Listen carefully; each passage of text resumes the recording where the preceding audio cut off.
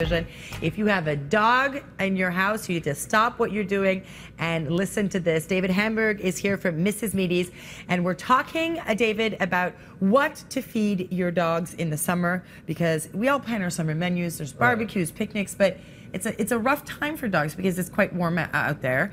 Tell me, first of all, we were talking during the break. The key is hydration above everything. Right. Remember that your dog is basically like a kid in a fur coat. Oh boy. They can't protect themselves. It gets hot. They can get overheated. So you want to keep them cool all the time, and you can do that obviously with water. Yes. Or with fresh, healthy snacks. We're going to get to these snacks because I have to say, I was telling David, I was like, this looks like I could eat it, but I won't. I promise.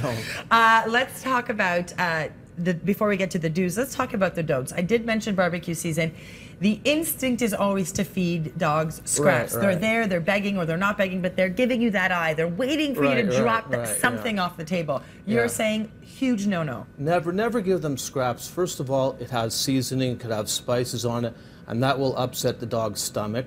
Also, a cooked bone, that could be deadly for a dog. Tell me why, because a lot of people think, I've just finished my steak, take the bone. Never, because when you cook a bone, then it becomes brittle.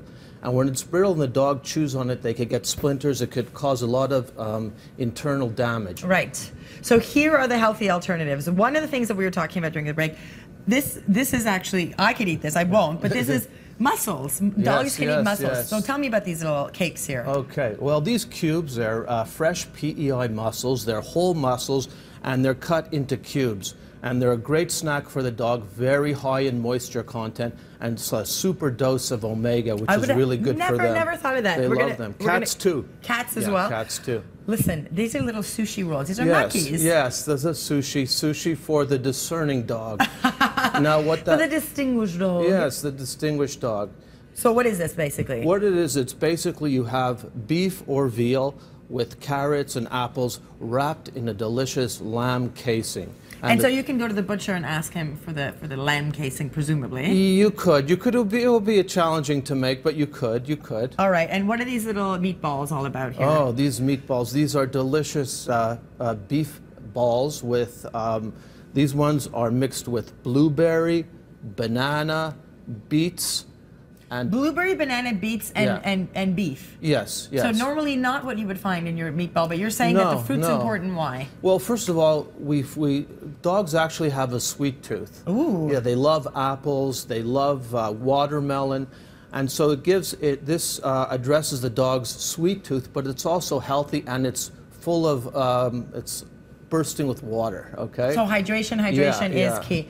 David Hamburg, thank you so much for all of these fabulous tips. Of course, this is going to be up on our website. If you do have a dog, remember, what did you say? They're like little kids, toddlers. They're kids in fur coats. Toddlers in fur coats. So no bones. Remember, they can eat mussels and fruits in your meatballs. Fruits in your meatballs. I love it. All right, thank you again for coming by. Thank you. Stay tuned. So much more to come. You are watching Breakfast Television only on City.